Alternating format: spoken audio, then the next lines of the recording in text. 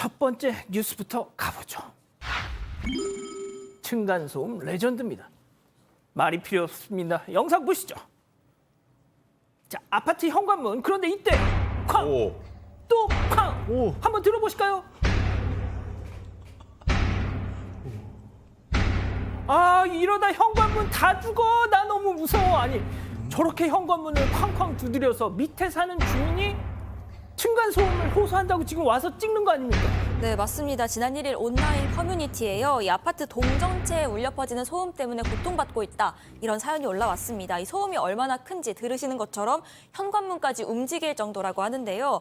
이 소음 원인지가 7층입니다. 그런데 이 7층 당사자 얘기로는 자신의 위층에서 나는 소음에 대해서 응징하기 위해서 이런 소음을 벌인다. 이렇게 주장을 하고 있다고 하는데 이 소음 때문에 되레 다른 이웃들이 크게 피해를 보고 있는 상황입니다.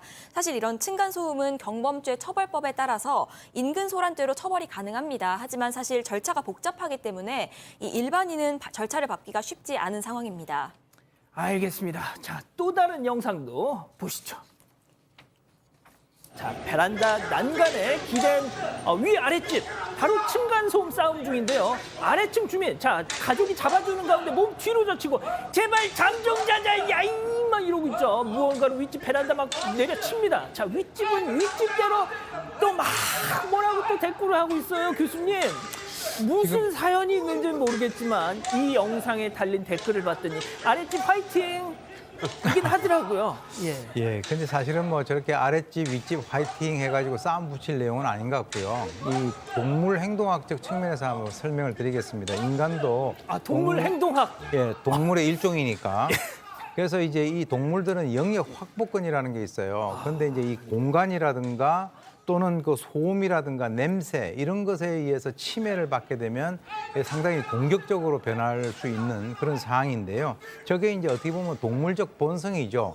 그래서 이제 저렇게 싸우는 거는 처음에 이제 서로가 좋게 해결하지 않고 공격성을 한번 드러내게 되면 저 두 집 사이에서는 좋게 끝날 수 있는 가능성이 거의 없다라고 저는 봅니다. 그래서 실제로는 이 층간 소음에 의해서 아주 극단적인 그런 상황으로 가게 된다면 뭐 폭력을 사용하거나 심지어는 뭐 방화를 하거나 또는 사람을 살상하거나 이렇게까지 될 수 있는데 저 두 분이 사실은 아랫집 화이팅을 갖다 할 것이 아니라 저 아랫집 윗집 다 전부 다 저렇게 떠드는 것 자체가 또 다른 소음을 갖다가 그럼요. 일으킨다 이렇게 생각을 하시면 되겠습니다.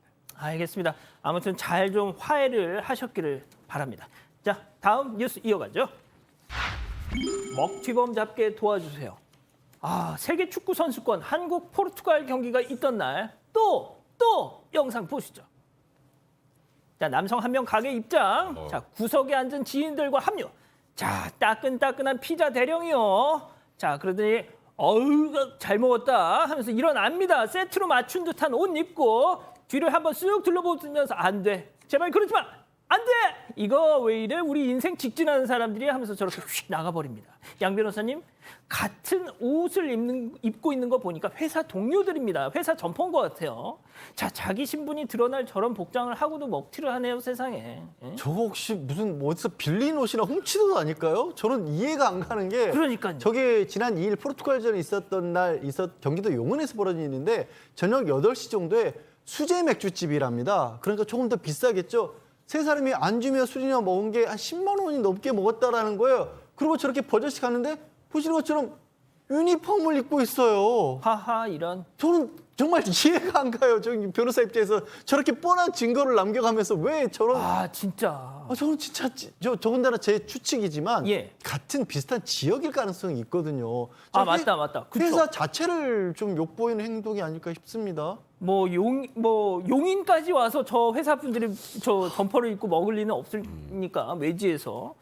자, 저 양반들 저 가족들은 우리 아빠 우리 아들 회사에서 정말 얼마나 열심히 일할까 막 이러고 있을 텐데 세상에 저러고 있네. 저는 우리 먹튀 사건 거의 뭐 일주일에 몇 번씩 하는 것 같아요. 근데 매일 합니다. 끊이지 않게 이렇게 계속 나오는데 저는 그냥 지금 우리 항상 저렇게 CCTV를 보면서 우리가 얼굴은 블러 처리하고 있지만 저 얘기인즉슨 무조건 잡힌다는 소리거든요.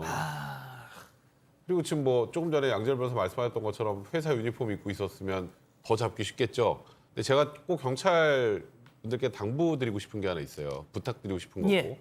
꼭 잡아주세요. 아. 그러니까 저런 먹튀 사범들 아유 뭐 저런 거 가지고 뭘 잡겠어 그냥 귀찮으면 말겠지 하는데 잡혀서 하다못해 그 뭐 경범죄처벌법에 무전취식으로 범칙금이라도 내봐야 내봐야. 다시는 저런 짓 안 합니다. 그렇습니다. 저는 사실 개인적으로 얼굴도 공개했으면 좋겠는데 그건 안 된다고 하니까 일단 그리고 또 하나 부탁드리고 싶은 건 만약에 저 유니폼이 한 회사의 유니폼이라면 이라면. 저는 개인적으로 회사에서 징계도 좀 했으면 좋겠어요. 아, 그렇군요. 알겠습니다. 자, 다음 뉴스 이어가죠. 올해 유튜브 최고 영상은 사건 반장이었으면 좋겠지만 아닙니다. 이 뉴진스의 어텐션 그 조회수를 이긴 1위 동영상. 예, 정말 무지막지합니다. 직접 만나보시죠. 내 앞에 있네. 난 내 공장이 안 내려가다 한 자리에 두근시 반포지 예쁘기도 머리 졌습니다. 옷도 졌습니다. 신발 졌습니다. 양말까지 졌습니다. 옷머리 신발 양말 다 졌습니다. 너네 자꾸 내만 많이 여기는 남아줘 나마 전주를 좋은 노래 자꾸 내만 많이 여기는 남아줍니다. 아, 자, 지금 교수님만 이걸 영상을 보시면서 저게 도대체 뭐지? 막 이렇게. 예. 아, 랩 도대체- 아닌가요? 랩? 예? 랩. 아, 랩이 아, 아닙니다. 네. 한 그 놀이공원에서 일하는 그 직원이 저렇게 이제 그 놀이기구. 뭐 한 거예요. 이제 물 맞는 거. 그런 그 놀이시설 타기 전에 그 고객들한테 너무 리듬이 괜찮은데요. 아, 그러니까요. 그러니까 이걸 한번 보면 말이죠. 며칠 동안 계속 혼자 중얼중얼 하고 있는 자기 모습을 봅니다. 쫀저러전전저 뭐 이러면서 말이죠. 자, 이 기자.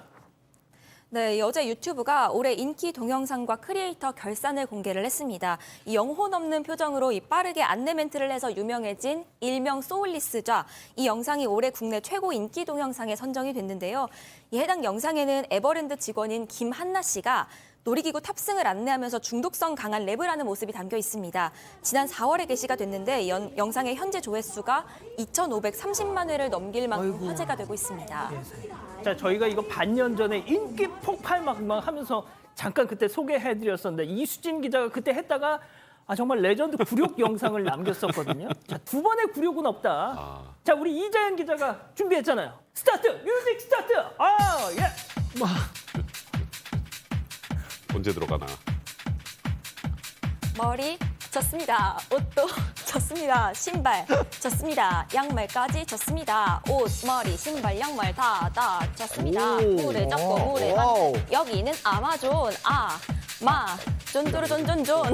와우. 야! 네, 박수. 릴리버블! 와! 야, 아까 걱정했잖아 시작하기 전부터. 잘한다. 세상에 이걸 하면서 이거 이렇게 못할 것이다 그러면서. 진지하게 진짜 영혼이 없었어요 얼굴에. 그러니까 진짜 이거 보통 막 진짜 소울리스자네. 와. 예, 진짜 어떻게 저렇게 영혼 없는 표정을 하고. 야, 아, 자 그러면 아이, 한번 네. 시작한 김에 이 불을 당긴 김에 우리 백 변호사님이나. 전 안 돼요. 그럼 진짜 네, 할 줄 몰라요. 네, 제가 진짜 차마 교수님께는 저기 양 변호사님. 네. 자 우리 고개를 네. 돌리고 계신 우리 네. 양지열 변호사님. 자 지금 음악 스타트. 못해요. 이거 몰라요. 자, 음악 지금 나가고 있는데 빨리 하세요 지금. 어쩔 거야? 빨리. 어쩌라고. 아니 못해요 진짜. 아이 뭘 못해 아까 했으면서 빨리. 신발 쳤습니다. 옷도 쳤습니다. 빨리 끊어. 다음 뉴스. 예. 잠깐 진행이 고르지 못했습니다. 우리 가족 왜 여러분께 시켜? 너무 죄송합니다. 진행이 잠시 진짜라. 고르지 못했네요. 제 부덕에서 소치입니다. 자, 다음 뉴스 이어가죠. 전 매니저 충격 폭로입니다. 이 끊임없이 쏟아지는 이 후크 엔터테인먼트 권진영 대표의 갑질. 이 보다 못한 이승기 씨, 가수 이승기 씨의 전 매니저가 직접 등판했습니다. 보고 가시죠. 밤에 지인들 술자리 하고 그러잖아요. 그러면은 새벽에 불러다 노래 시킨 것도 알고 있어요. 누구랑 있는데 불러서 노래 시키는 거예요? 자기 지인들이나 아니면은 방송업계 관계자겠죠? 자기들 이제 술 먹고 거기서 노는데 불러다가 노래 시키고 그랬던 거예요. 야, 이게 사실이면 이거 아주 그냥 뭐 좀 심하게 표현해서 노예 아닙니까? 양 변호사님. 아니 2004년 정말 이해가 안 가는 게요. 이 18년 전이죠. 그러니까 데뷔하자마자였다는 거 아니겠습니까? 그러면 사실은 고등학교 이제 막 졸업할 나이 정도에 지금 얘기가 뭐냐면 술자리에 지인들하고 있을 때 불러내서 새벽에 노래를 시켜서 이게 거의 무슨 가수를 할 짓이 아니죠. 저는 이건 뭐 옛날에 뭐 군사정권 시절이 막 떠오를 정도의 그런 상황이었고요. 그리고 당시에 신인이지만 바로 인기를 끌었기 때문에 뭐 수도권 같은 경우는 700~800만 원 정도, 지방에는 한 번 가면 1,000만 원까지 받았는데 행사비로. 노래를 두세 곡 정도 부르면. 근데 그때 진행비 주로 식비로 나왔는데 그걸 제대로 주질 않아서 분식집에서 사 먹거나 아니면 휴게소에서 음식 사서 차 안에서 먹었다는 거예요. 세상에. 그러면서 그 우리 흔히 아는 별다방이라고 하는 그 프랜차이즈 커피 하는데 거기도 비싸다고, 그런 데를 네가 왜 다니냐는 식으로 구박을 냈다라는 거죠. 그러다가 진행비가 떨어지면 이승기 씨가 그때 자기 카드로 밥을 사 먹었다라는 겁니다. 저 도저히 이해할 수가 없는, 저건 이제 일방적인 주장이긴 합니다만 어쨌든 그런 식의 주장을 하고 나온 겁니다. 전 매니저가. 이거 뭐 앞으로도 계속 파장이 이어질 것 같다는 생각이 드네요. 알겠습니다. 마지막 사연으로 가보죠. 문 고침값 안 주냐? 여러분들이 기다리셨던 사연 어떤 내용일까요? 네, 이 화장실 문을 수리한 시아버지께 3만 원을 드렸는데 되레 혼났다는 며느리의 사연입니다. 이 남편이 출장 간 사이에 이 집에 방문한 시부모님이 화장실 문이 고장난 걸 발견을 하신 겁니다. 그런데 이후에 이 시아버지가 녹을 제거하기 위해서 윤활유 스프레이를 사갖고 와서 뿌려주셨다고 하는데요. 이에 대해서 이 시부모님이 수리값 안 주냐, 수고비는 받아야지 않겠냐 이런 말씀을 하신 겁니다. 이에 며느리가 3만 원을 드렸더니 시어머니가 애들 용돈 주니? 라면서 눈치 없다는 얘기까지 하셨다는데요. 이 며느리가 당황해서 그 자리에서 10만 원을 드렸다고 하는데 이 남편에게 나중에 이 사실을 말했더니 3만 원이 뭐냐면서 아내 탓을 했다는 겁니다. 어허. 그래서 이 3만 원 드린 게 잘못이냐라고 아내가 사연을 올렸습니다. 그렇습니다. 자, 기다리셨던 부처 핸즈업 타임. 우리 가족 여러분들도 채팅창에 OX로 함께 참여해 보시죠. 자, 시어머니입니다. 다 늙은 시아버지가 지네 집 문짝 힘들게 겨우겨우 고쳐놨더니 눈치껏 용돈은 못 챙겨줄 망정 뭐 3만 원 30,000원 아이고 내가 아들놈 괜히 결혼시켰어 동그라미. 제 연기가 너무 극적이었나요? 왜 이렇게 좀 과했어요. 압도당하셨네요. 알겠습니다. 이번엔 며느리입니다. 아니 어머니 솔직히 제가 고쳐달라고 한 것도 아니고요. 그리고 100번 양보해서 돈 받고 싶으세요? 그냥 용돈 달라고 하세요. X. 이거 참. 자 일단 역순으로 가보죠. 우리 양 변호사님부터. 이게 전형적으로 저는 그 눈치가 없냐라고 했잖아요. 그러니까 며느리는 다른 가족에서 자랐던 사람이에요. 이 부모님과 그렇게 눈치로 이게 소통할 수 있는 관계가 아닌 겁니다. 저 며느리 그냥 당황했을 거예요. 3만 원을 건넸던 게 3만 원을 주고 싶어서가 아니라 이거 어떻게 해야 되지라는 상황에서 당황해서 아마 3만 원을 건넬 것 같은데 용돈 미리 챙겨드리면 좋죠. 하지만 그렇게 당황한 며느리에게 또 구박까지 하는 건 아닌 것 같습니다. 지금 우리 가족 여러분들 뭐 댓글창 폭발하려고. 자 교수님. 일단 그 시부모라는 분들이 지혜롭지 못하고 남편은 푼순해요. 그리고 이제 갑질을 한 거죠. 왜 그러냐면 갑질. 지금 이 그 며느리 입장에서는 시부모에게 이거 고쳐달라고 요구를 한 게 아니잖아요. 본인들이 그렇게 하고 싶어서 와서 했으면 실제로 이제 가족 간에 있어서 어떤 대가를 바라고 뭔가 하는 것은 이게 가족 간의 어떤 그 일이 아니고요. 비즈니스가 되는 거예요. 그리고 이게 시험에 들게 하는 거죠. 그럼 내가 여기 하면 나 얼마 받겠다 그러면은 뭐 사실은 아예 차라리 사람을 불러서 고치면 훨씬 더 편하지 않겠습니까? 그런데 시험에 들게 해놓고 야, 너 좀 이렇게 대가를 지불해라. 이 며느리가 어떻게 당황하죠. 그러니까 3만 원 줬는데 그러면 10만 원을 또 얘기를 했다. 그러면 말이죠. 이런 일을 계기로 해서 서로 간에 있어서 사이가 좋아지는 것이 아니라 이 사항에 대해서는 이 며느리는 앞으로 두고 얘기를 할 거예요. 그러니까 오히려 이 일을 계기로 해가지고 사이가 나빠지게끔 하는 그런 단초를 바로 어른들이 제공을 했다라고 하는 그런 측면에서는 일단 지혜롭지 못하고 또 남편은 야 그거 10만 원 정도지 뭐 3만 원이냐 이렇게 얘기하는 것은 철이 없다 그렇게 봅니다. 자 우리 백 변호사님. 저는 이 며느리는 트라우마 걸릴 것 같은데요. 정말. 진짜. 아니 여기까지는 되게 따뜻한 얘기예요. 윤활유 스프레이까지 사와서 또 이 며느리하고 아들 사는 곳 집 문짝 고쳐준 거 얼마나 아름다운 얘기예요. 그렇죠. 근데 어디 무슨 출장 나와서 지금 고쳐주신 거 아니잖아요. 그러니까 그리고 또 며느리가 이걸 보고 그냥 따뜻하게 밥 한 끼 대접할 수 있는 그런 정도 상황이 되면 되는데 용돈 안 주니? 3만 원? 이거 얼마 정가 있나요? 근데 이러고 나면 이제 앞으로 시부모님 만날 때 어떡하나요? 이게 원래 마음에 우러나서 용돈을 드리거나 그런 모습들이 좋지. 이렇게 하면은 이제 앞으로 며느리는 무언가 시부모님 만날 때마다 이번엔 어떻게 해야 되지? 그렇죠. 또 남편한테 욕 먹을 텐데 아하. 이 생각만 들 것 같네요. 자, 우리 가족 여러분들 지금 막 댓글창 폭발하고 있는데, 자, 이 기자. 네, 일단 김윤경 님이 수리비 달래는 시아버지나 3만 원 주는 며느리나 3만 원 줬다고 타박하는 신랑이나라고 하셨거든요.